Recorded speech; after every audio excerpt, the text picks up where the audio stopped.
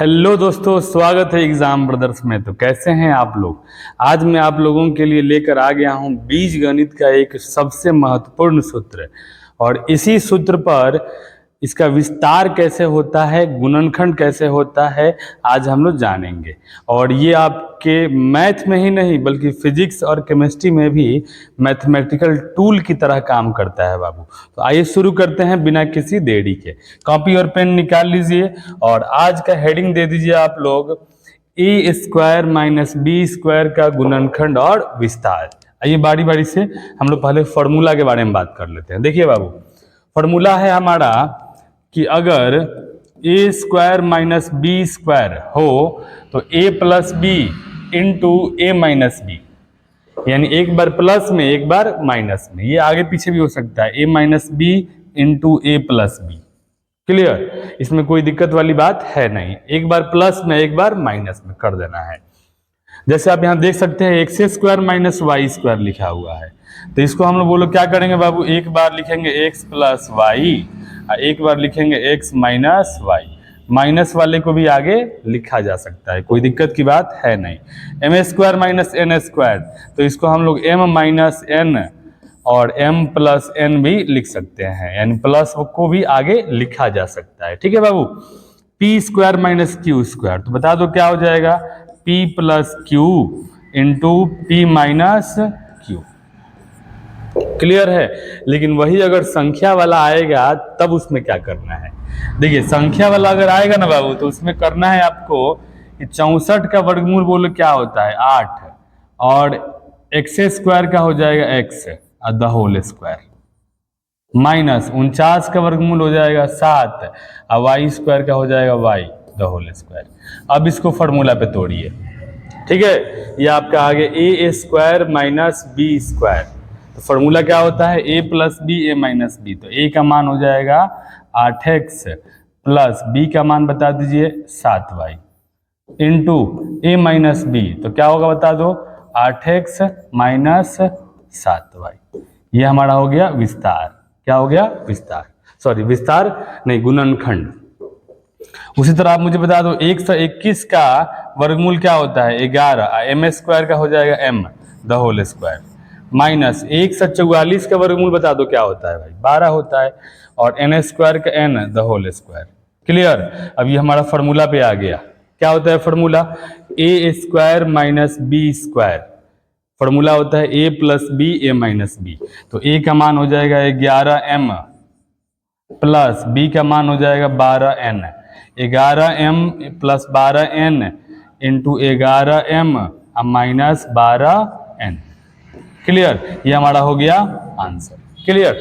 अगर कोई संख्या वाला रहेगा ना, सबसे पहले उसका वर्गमूल निकाल के उसका द होल स्क्वायर करना है, ठीक है ना, और तब उसको ए plus B A minus B के रूप में लाना है। चलिए अगले क्वेश्चन पे आते हैं बाबू।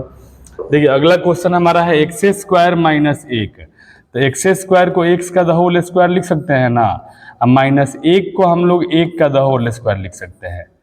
पहले हमें फॉर्मूला पे लाना है बाबू, formula A square minus B square, तो आप यहाँ देख सकते हैं ए स्क्वायर माइनस बी स्क्वायर, तो फॉर्मूला क्या होता है A plus B into A minus B. Clear है ना जी। बताइए एक्स स्क्वायर माइनस 4 दिया हुआ है, तो एक्स का square X the whole square, और 4 को हम लोग लिखेंगे 2 का द होल स्क्वायर, 4 का वर्गमूल 2 होता है, ठीक है ना।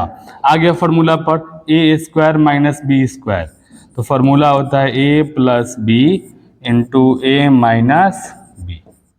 क्लियर है ना जी। चलिए अगले क्वेश्चन पे आते हैं बाबू।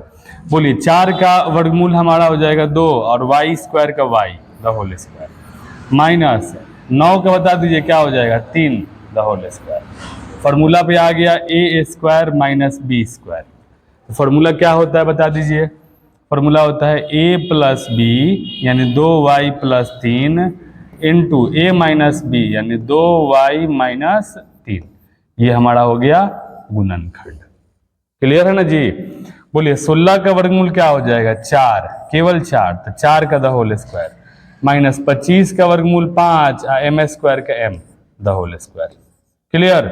तो ये बोलिए फॉर्मूला पे आ गया A square minus B square, तो इसका फॉर्मूला क्या हो जाएगा ए प्लस बी यानी 4 plus 5m into 4 minus 5m, ये हमारा गुणनखंड हो गया। क्लियर, यानी a square minus B square दिया है, ठीक है ना, तो उसका विस्तार गुणनखंड क्या होता है, a plus B into A minus B.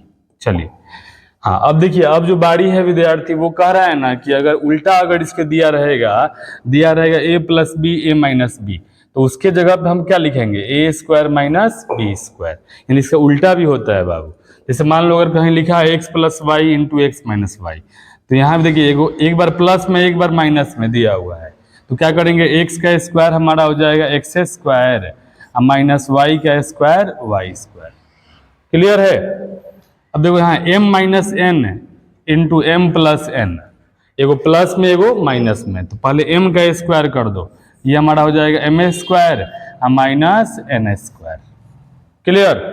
उसी तरह आप यहाँ देख सकते हैं 3x plus 4y into 3x minus 4y, यानी एक बार प्लस में और एक बार माइनस में, और दोनों सेम सेम हो तो दोनों का बारी बारी से स्क्वायर कर देना है। यहाँ पे देखिए 3x plus 4y into 3x minus 4y, तो पहले 3x का द होल स्क्वायर करिए, माइनस फिर 4y का द होल स्क्वायर करिए, तो बता दीजिए 3x का स्क्वायर करेंगे तो क्या मिलेगा, हमें मिलेगा 9x स्क्वायर, माइनस 4y का स्क्वायर करेंगे तो मिलेगा हमें 16y स्क्वायर।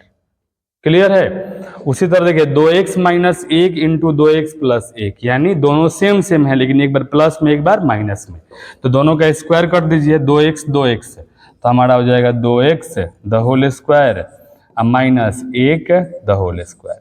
बता दो 2 का स्क्वायर क्या हो जाएगा 4, और x का स्क्वायर एक्स स्क्वायर माइनस 1 का स्क्वायर 1, ये हमारा हो गया आंसर।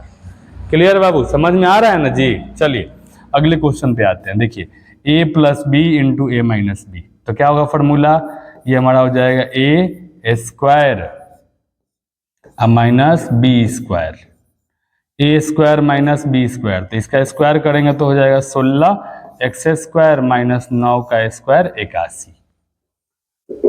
यहाँ देखिए a minus B into A plus B, क्या होगा बाबू, A square minus B square,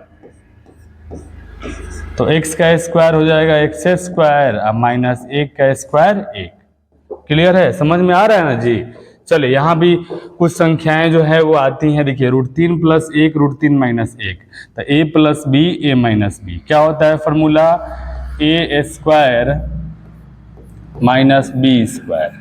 आपको मालूम है कि √3 का स्क्वायर अगर हम करेंगे ना तो क्या होता है, यहाँ से रूट और स्क्वायर दोनों हट जाता है बाबू, तो केवल बचेगा आपका 3 माइनस 1 का स्क्वायर 1, ये हमारा 2 आंसर हो जाएगा।